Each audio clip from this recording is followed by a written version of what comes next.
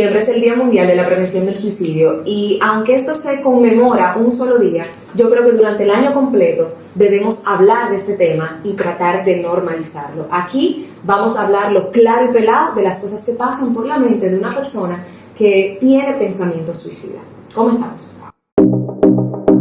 Soy Marola Guerrero y bienvenidos a Marola Unplugged, conversaciones sanadoras para desconectarnos de los prejuicios y conectarnos con la realidad. Esto es Marola Unplugged. Esto no es un tema fácil ni para usted, ni para mí, ni para el que lo está viendo, porque hablar de suicidio, hablar de muerte, cuando se proyecta todo el tiempo que tenemos que estar felices y que todo el mundo tiene que estar happy, obligado y cero negatividad, pues a veces es un poquito chocante, pero no hay nada más seguro que la muerte. Así es. Sin embargo, cuando es una persona que decide quitarse la vida, pues es más chocante todavía, porque la gente no entiende cómo un individuo decide por voluntad propia acabar con su vida. ¿Qué pasa en la mente de una persona que está a punto de quitarse la vida? ¿Qué pasa en términos químicos para que la gente lo pueda entender? Okay. Lo primero es que el suicidio es un tema complejo, es un fenómeno bastante complejo y tiene múltiples causas. Dentro de las causas están las biológicas, que como tú bien dices, hay manifestaciones neuroquímicas a nivel cerebral, se han estudiado por muchos años, sin embargo no hay nada específico, pero te puedo mencionar que, por ejemplo, tú sabes que aquí a nivel de la corteza prefrontal, que si lo hablamos praltanao y cuando hablamos de los dos dedos de frente, esa parte de aquí, sí, que se encarga del juicio, pero que también tiene que ver con regular las emociones del ser humano, entre otras áreas como el área del hipocampo que se encarga, eso está aquí, de este lado, que se encarga de la memoria emocional, porque recuerda que cada evento que ocurre en nuestras vidas conecta con una emoción. Por eso cuando nosotros a veces o leemos algunas cosas o escuchamos alguna música, podemos conectar con ese evento que sucedió. Entonces, según los estudios, han manifestado que ciertas áreas del cerebro están disminuidas y que en personas con pensamientos suicidas, sobre todo si tienen ideaciones estructuradas, tienen esas áreas afectadas del cerebro. ¿Qué es una ideación estructurada? Una ideación estructurada es una persona que no solamente piensa en quitarse la vida, sino que tiene un plan. Incluso puede llegar un poquito más allá y ahí vemos la intencionalidad del evento, donde compran los métodos. Puede ser, no los voy a mencionar porque eso claro. Sí.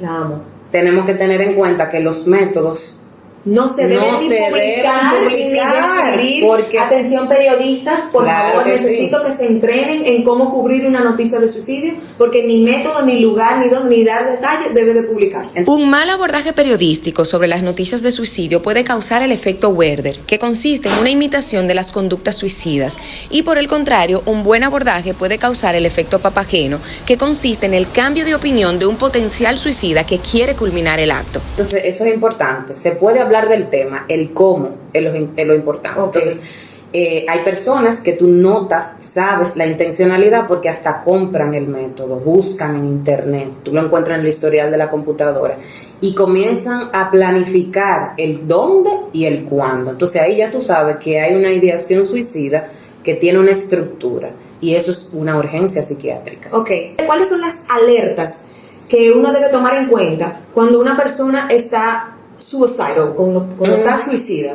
Existen diferentes factores de riesgo.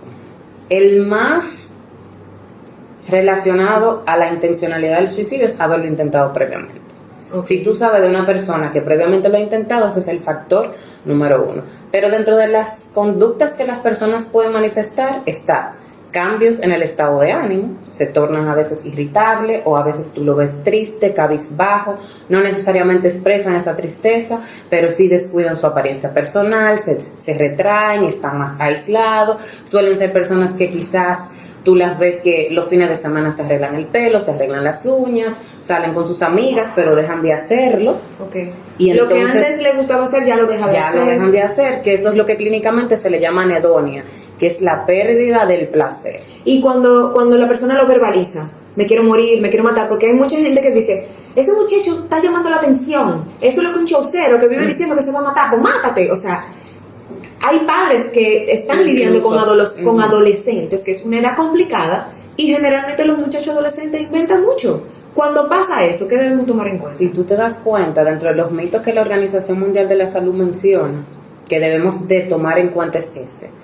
La gente piensa que el que se va a suicidar no lo dice, sí lo dice, y muchas veces incluso días antes van al psicólogo o van al psiquiatra buscando de una manera desesperada la ayuda. Por eso es que todo profesional de la salud mental siempre debe de hacer esa pregunta.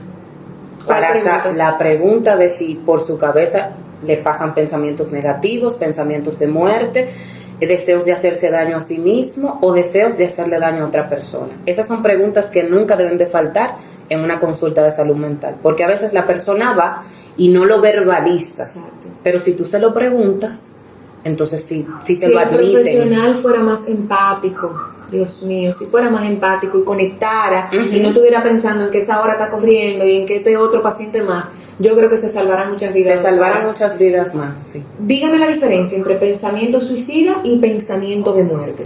Una persona puede pensar en la muerte. Por ejemplo, frases que voy a mencionar para que sean más entendibles. Pensar que la vida sería más fácil, la vida de sus familiares sería más fácil si ellos no estuvieran.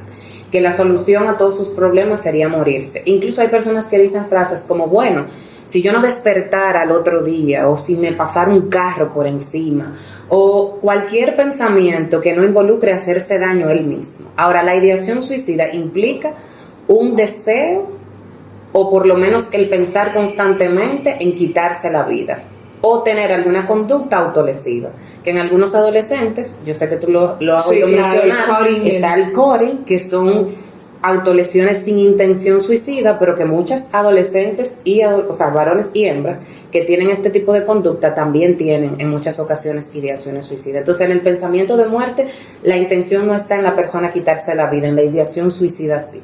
Y como te mencionaba previamente, sí hay una estructura, hay un plan.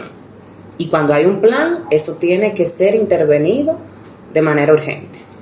Creo que es importante que si tú tienes algún amigo, algún familiar que necesite escuchar esto, que compartas este video y que no sientan vergüenza porque, yo estoy pensando en muerte o tengo un pensamiento de muerte y no se lo quiero decir a nadie. Si algo de lo que la doctora haya dicho aquí te ha tocado, por favor, llámala, escríbele un DM, porque tú puedes salvar tu vida y tú mandando este video también puedes salvarle la vida a alguien, que es lo más importante para prevenir el suicidio. Así es. Doc, gracias. A la orden.